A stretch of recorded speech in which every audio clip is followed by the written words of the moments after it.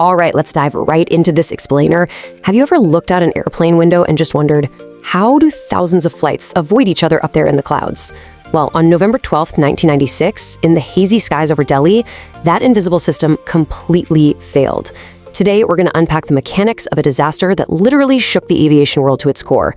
It's this complex story of intersecting lives, severely outdated technology, and a fatal chain of miscommunications. Just think about that for a second.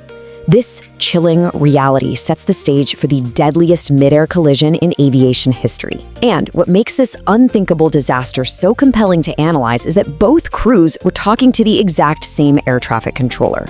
They were being guided by the very same voice on the radio, yet they were entirely blind to each other, right up until the last possible fraction of a second. Section 1.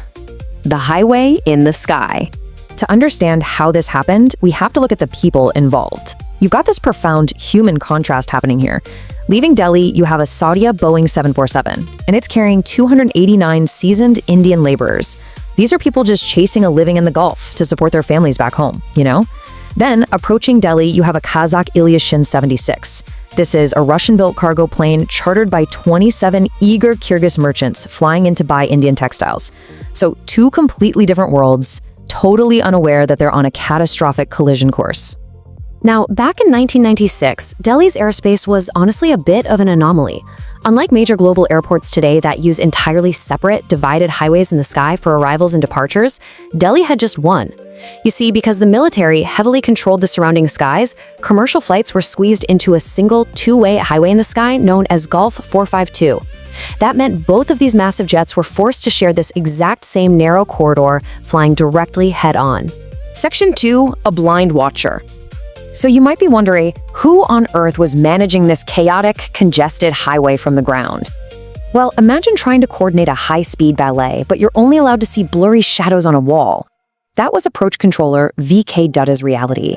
He was working completely blind to altitude. He had to manage 5 different planes in this congested sector using a really outdated primary radar system. On his screen, aircraft were nothing more than glowing two-dimensional dots. No automatic altitude readouts, no speed data, and absolutely no proximity warnings.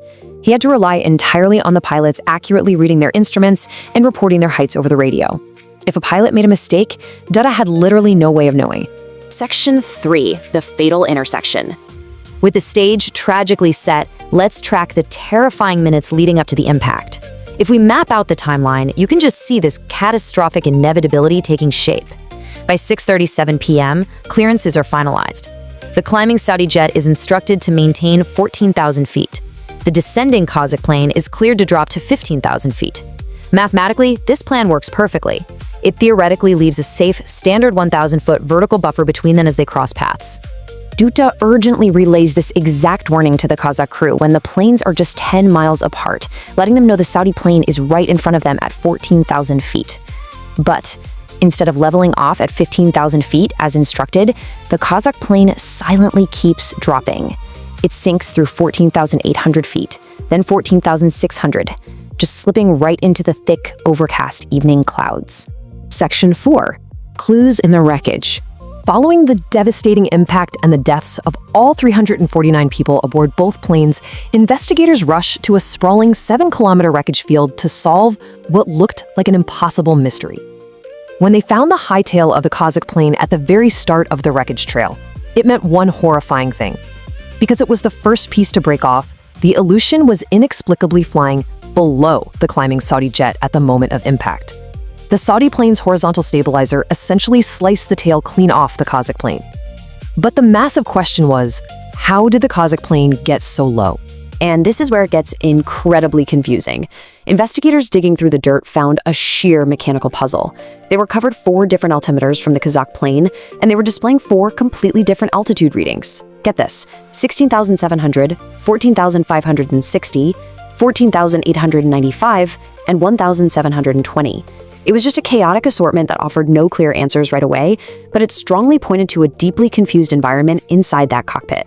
Once those black boxes were finally decoded, a massive glaring discrepancy emerged. The Saudi crew's data showed a smooth, completely professional climb, leveling off right where they were supposed to be, around 14,108 feet.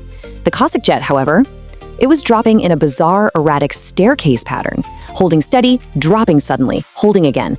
That's not turbulence. That is direct human input. Section 5. Lost in translation. To understand that bizarre descent, we really have to look inside the crowded, high-stress environment of that Soviet-built cockpit. The Ilyushin Il-76 had a 5-person crew. But here's the catch. Out of those 5, only the radio operator could understand the English ATC instructions. The captain, the first officer who was actually flying the plane, the navigator, and the flight engineer, they spoke only Russian. So they were entirely reliant on real-time translations being shouted across the deafening noise of the flight deck. This language barrier essentially built up into a fatal game of telephone. First, the air traffic controller speaks in English. Second, the radio operator translates it into Russian. But it actually gets worse. Soviet planes were designed using the metric system. While some dials were retrofitted for international flights, the first officer's altimeter was still in meters. So step 3, the navigator had to rapidly convert the clearance from feet into meters in his head. Before finally, step 4, the first officer could actually execute the maneuver. So the official board of inquiry concluded that amid all this heavy cognitive load, a tragic linguistic misunderstanding happened. When the controller warned them about the Saudi jet at 14,000 feet, the first officer misheard it. He didn't process it as a traffic warning, he processed it as a brand new updated clearance to descend to 14,000 feet. He pushed the nose down, dropping directly into the flight path of the oncoming 747. And that brings us to the exact moment the error was realized. By the time the radio operator noticed the altimeter winding down too far, absolute panic set in. The captain hesitated, unsure of the clearance.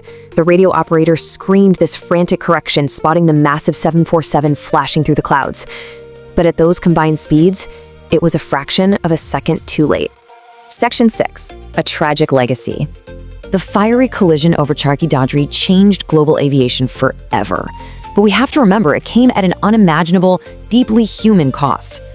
Now, while this explainer outlines the terrible systemic failures, it's also crucial to highlight the vital industry changes that followed. This disaster directly forced the International Civil Aviation Organization to mandate Level 4 English proficiency for pilots globally. India completely restructured its airspace, creating separate civilian corridors for arrivals and departures, and actually became the second nation in the world to mandate Traffic Collision Avoidance Systems, or TCAS, on all commercial flights. The next time you fly, the fact that your pilots speak a universal standard of English and that your plane's computer actively avoids other aircraft, that's a direct result of the lessons learned that night, ensuring a tragedy of this specific mechanical scale never happens again. Yet, as we wrap up this explainer, we really need to step back from the radar screens and the black boxes and remember the heartbreaking reality on the ground. Many of the victims were never identified, particularly those laborers heading to the Gulf. It leaves us with a haunting final thought.